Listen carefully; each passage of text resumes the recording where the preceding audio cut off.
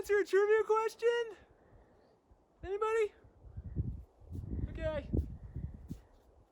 Today, we're hitting the trails to quiz hikers on their knowledge about Earth Day. Let's go find out how much they know.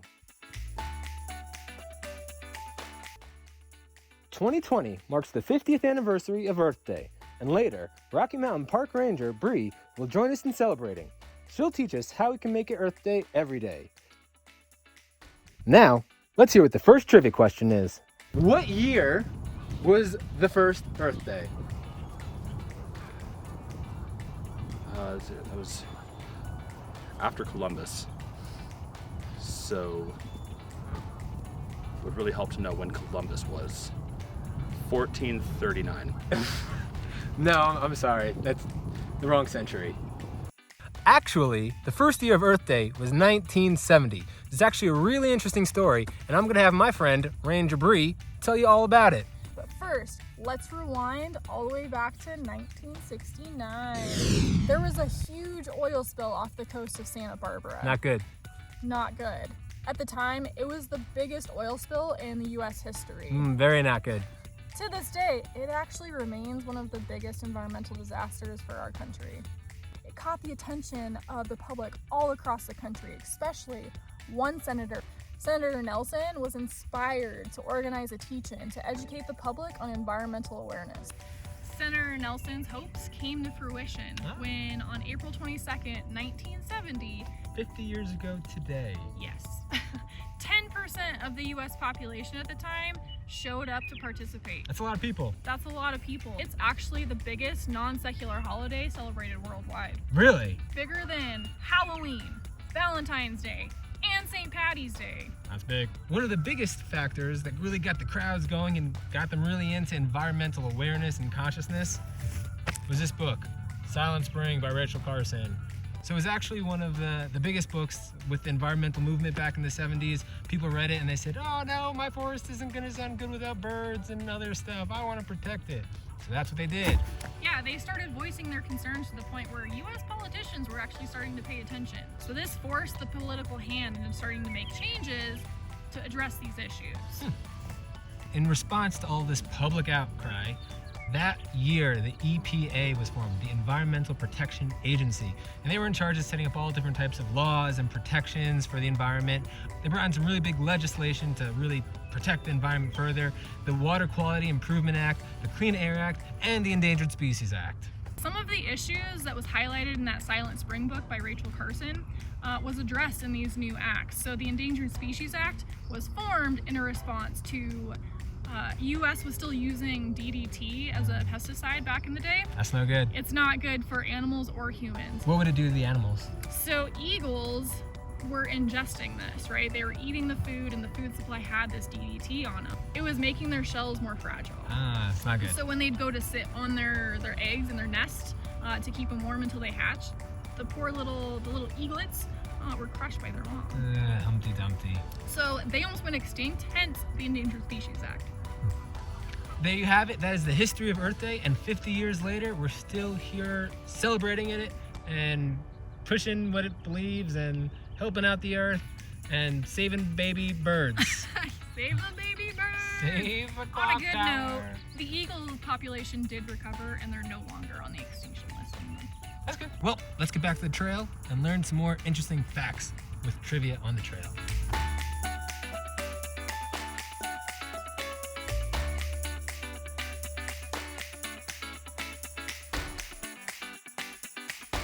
All right, I think we got one right here.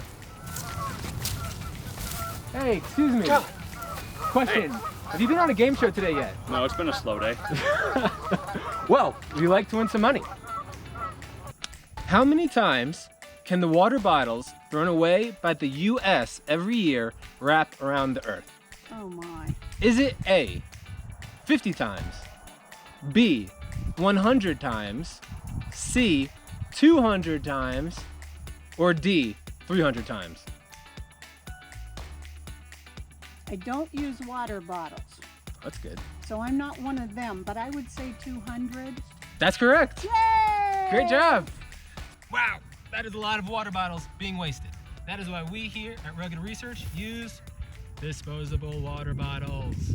But there's plenty other ways that you can help out the environment with non-disposable products and reusable items. So again, let's go to Ranger Bree and she'll tell you your top 5 tips for living eco-friendly 2020. I just want you to pick one of the tips that I give you and try to incorporate that in your life. Then, once you start to get a little bit more comfortable with that new habit, you can start to incorporate more of the sustainable tips into your life. So, Baby steps. baby steps. My journey started many years ago when I started to use reusable water bottles every single day. I haven't bought a disposable water bottle in a very long time, unless it was a super emergency. What else we got? I don't know what we got. We've got reusable silverware, in this case, reusable bamboo-ware. You've got chopsticks all the way from Southeast Asia. You got your trusty reusable straws in many different varieties. There's a metal straw, there's a silicone straw, and a bamboo straw. These are becoming pretty dang popular, so get yourself a reusable straw.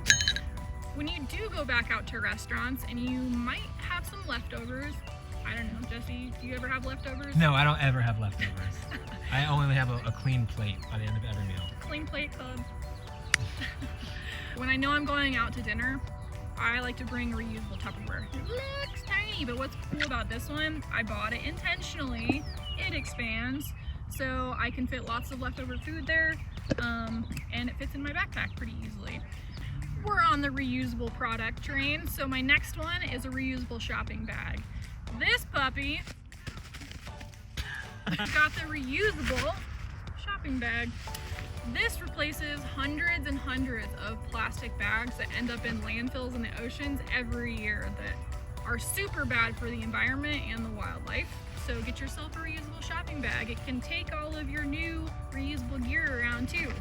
Then this right here is a pollinator kit. Just pick this bad boy up for $1. $1? Yep, at buzzyseeds.com. Yeah. So what's pretty cool about this one, I can't wait to go home and plant it. It's got everything you need minus water. You've got a biodegradable cup here with a little bit of soil in it. But wait, there's more. They even hook you up with native plant seeds to your area. So yeah, you're actually drawing in native pollinators, and as you guessed it, you're gonna save the bees while you're at it. So my last tip is to live by the 5 R's. In order of most importance, you have number 1, which is gonna be to rethink. Do I actually need to get a straw when I'm out and about at the restaurants?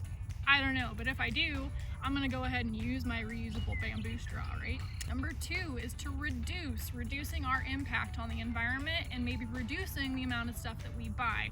Some of us in quarantine are going a little Amazon shopping happy, right? Take a chance to rethink that and see if we can reduce the number of products that we're buying.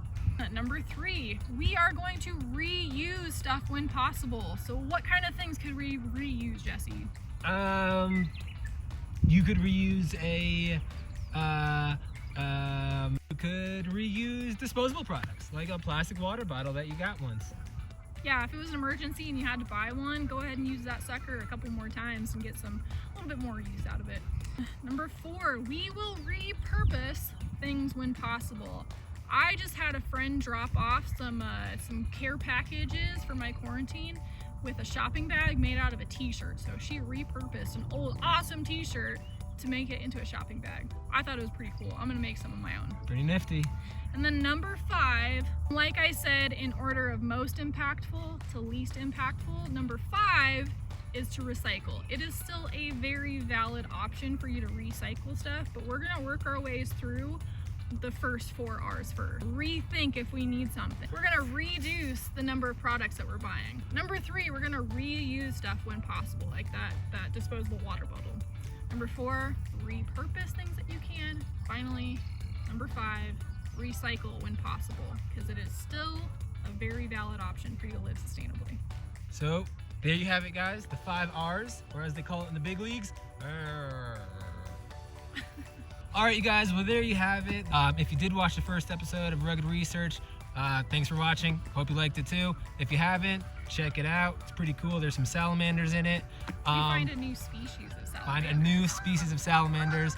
I want to thank Ranger Bree for giving us this little lesson on Earth Day today. Thanks, Chef. Catch her on the Rugged Research channel. She has her own show called Ranger Bree that's going to be coming out very soon. It's going to be awesome. Follow her through the mountains, through the woods, through streams and rivers and oceans, and she'll teach you all about it. All of her awesome ranger talks are going to be right here on the Rugged Research channel. So, thanks for watching again. Thanks for tuning in. We'll catch you next time. Happy Earth Day. Happy Earth Day. See ya. Bye.